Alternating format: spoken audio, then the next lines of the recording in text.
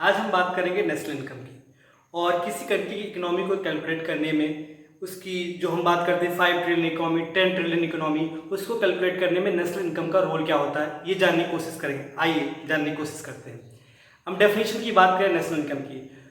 The aggregate monetary value of final goods and services of produce of a particular country with in a time frame, that is a national income. मतलब कहने का ये हुआ कि किसी country के final goods और services की जो नेट मॉनेटरी वैल्यू होती है विद इन टाइम फ्रेम, जो कि नॉर्मली फाइनेंशियल ईयर या 1 ईयर होता है, जिसको हम नेशनल इनकम कहते हैं। ठीक है, अब बात करते हैं कि नेशनल इनकम को मेजर करने के बहुत सारे तरीके हैं। जैसे हम सुनते रहते हैं किसी कंट्री का जीडीपी इतना ज़्यादा 5 ट्रिलियन, 10 ट्रिलियन, 15 ट्रिलियन हो गया। तो क्या होता है जीडीपी, जीएनपी, ये सब जानने की कोशिश करते हैं। बात करते हैं जीडीपी, ग्रॉस डोमेस्टिक प्रोडक्ट।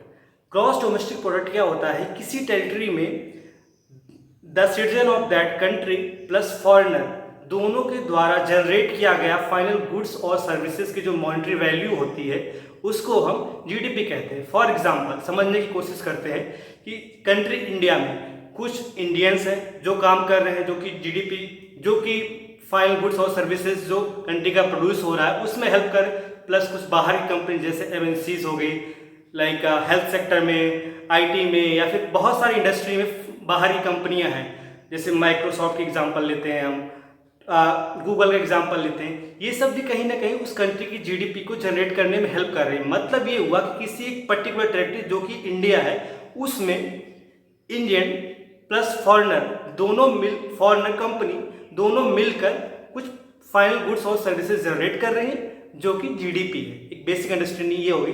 सो हम यहाँ पे क्या कॉन्सेप्ट आ रहा है, within a territory the final generated goods and services में monetary value is known as GDP. अब बात करते हैं दूसरा कॉन्सेप्ट, जीएनपी। जीएनपी क्या होता है? GNP is gross national product.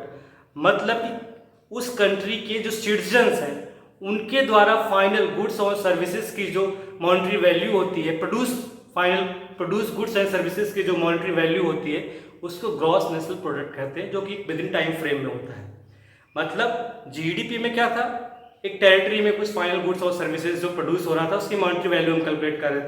अभी क्या हो रहा है कि उस कंट्री या फिर पर्टिकुलर टेरिटरी के जो सिटीजन्स हैं उनके द्वारा प्रोड्यूस किया गया फाइनल गुड्स और सर्विसेज की जो मॉनेटरी वैल्यू होती है उसको जीएनपी। मतलब यहाँ पे टेरिटरी मैटर नहीं कर रही, यहाँ पे सिटीजन्स मैटर कर रहे हैं। मतलब फॉर एग्जांपल इंडिया अगर बात करूँ, इंडियंस जो इंडियन कंपनी जो इंडिया में पैसे जनरेट कर रहे हैं, फाइनल गुड्स और सर्विसेज जनरेट कर, प्लस कुछ इंडियंस हैं जो बाहर कंपनी चला रहे हैं, दुबई में, सऊदी अरेबिया में, यूएसए में, ऑस्ट्रेलिया में, या फिर कुछ लोग वहाँ पे जॉब कर रहे हैं जिसके द्वारा वहाँ से इनकम जो है जनरेट हो रही है उस कंट्री को, इंडिया को। मतलब वहाँ से पैसा इंडिया में आ रहा है। मतलब ये हुआ कि इंडियन सिटीजन द्वारा इंडिया प्लस अब्रॉड से जो पैसा जनरेट हो रहा है वो ग्रॉस नेशनल प्रोडक्ट में कैलकुलेट होता है। अब इसको कैलकुलेट कैसे करते हैं, जीडीपी से डिफरेंट कैसे है? तो जीडीपी हमारे पास आ गया, जीडीपी प्लस जो पैसा अब्रॉड से आ रहा है, मतलब जो इंडियंस द्वारा बाहर से पैसा आ रहा है, माइनस यहाँ का पैसा जो विदेश जा रहा है, मतलब थ्रू एमएनसी या फिर किसी इन्वेस्टमेंट के थ्रू बाहर पैसा जा रहा है, दोनों का डिफरेंस। मतलब ये बात करूं मैं, GDP plus net money from abroad equal to gross national product. मतलब अगर एक मोटा मोटा डिफरेंस दोनों में क्रिएट करूं तो जीडीपी में क्या होता है, टेरिटरी के अंदर फाइनल गुड्स और सर्विसेज जो बनती हैं उनकी मॉनेटरी वैल्यू जो होती है, और जीएनपी में क्या होता है, सिटीजन्स के द्वारा, उस पर्टिकुलर टेरिटरी के सिटीजन्स द्वारा जो फाइनल गुड्स और सर्विसेज की जो मॉनेटरी वैल्यू होती है उसको हम जीएनपी बोलते हैं। अब यहाँ पे क्वेश्चन उठता है कि किसी कंट्री की जीएनपी अगर ज़्यादा अच्छी है तो वो कंट्री ज़्यादा अच्छे से ग्रो कर रही है, या फिर किसी कंट्री की जीडीपी अच्छी है वो कंट्री ज़्यादा अच्छे से ग्रो कर रही है? ये क्वेश्चन उठता है। ये क्वेश्चन कई बार एग्जाम में भी आया, इस पर मैं बाद में बात करूँगा। अब हमने जीडीपी और जीएनपी निकाल लिया। अब कुछ आता है GDP as constant price, GDP as nominal price. अब नॉमिनल और कांस्टेंट प्राइस क्या होता है? नॉमिनल प्राइस या फिर इसको हम करंट प्राइस करते हैं, कि जो कि करंट मार्केट प्राइस चल रहा होता है उस पर बात करते हैं विदाउट एडजस्टिंग द इन्फ्लेशन। और कांस्टेंट प्राइस या फिर बेस प्राइस क्या होता है, किसी पर्टिकुलर ईयर को हमने बेस ईयर से, फॉर एग्जांपल 2012-13 को हमने बेस ईयर मान लिया, तो उस बेस ईयर के रेफरेंस में जो जीडीपी होती है इसको हम कांस्टेंट प्राइस या फिर बेस प्राइस बोलते हैं। तो हमें जीडीपी एट नॉमिनल प्राइस या फिर करंट प्राइस पता चल गई, जीडीपी एट बेस प्राइस और कांस्टेंट प्राइस पता चल गई। अब इसका यूज क्या होता है? इसका यूज होता है जीडीपी डिफ्लेटर कैलकुलेट करने में। जीडीपी डिफ्लेटर क्या होता है? इसके थ्रू हम ना इन्फ्लेशन, कितना उस कंट्री में इन्फ्लेशन बढ़ रहा है, इन्फ्लेशन रेट कितना चल रहा है, उसको कैलकुलेट करने में यूज करते हैं। तो GDP deflator equal to GDP at nominal price मतलब current price divided by GDP at constant price that is base price.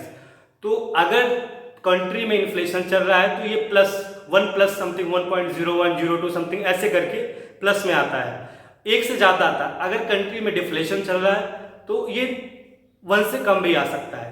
तो ये बेसिक अंडरस्टैंडिंग हो गई हमारी जीडीपी और जीएनपी। अभी क्या होता है कि हम और भी अगर नेशनल इनकम में आगे जाएं तो नेट जीडीपी क्या होता है, नेट जीएनपी क्या होता है। तो अगर किसी चीज़ की नेट निकालने की कोशिश करेंगे तो समझ में आता है जैसे किसी चीज़ को फाइनल चीज़ को प्रोड्यूस करने में कुछ एसेट्स यूज होते हैं, जैसे मशीनरी हो गया या फिर लेबर फोर्स हो गया। तो उनका क्या होता है, टाइम के साथ में उनकी वैल्यू डाउन होती है, जिसको हम डेप्रिसिएशन बोलते हैं। तो हम बात करें net GDP equal to GDP plus depreciation, मतलब टाइम फ्रेम में जो एसेट यूज हुआ है उसकी वैल्यू डिप्रिशिएट हुई है।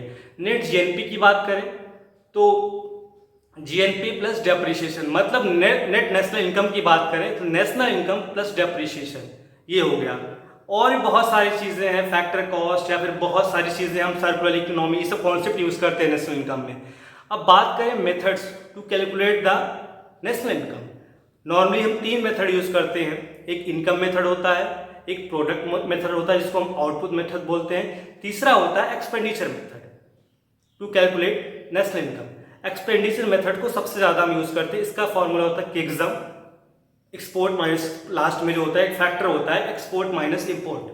मतलब ये एक्सपेंडिचर के बेसिस पे हम जीडीपी कैलकुलेट करते हैं या फिर जीएनपी कैलकुलेट करते हैं। ये सबसे ज़्यादा यूज़ करने वाला मेथड होता है। सो आई होप वीडियो पसंद आया होगा। Thank you so much.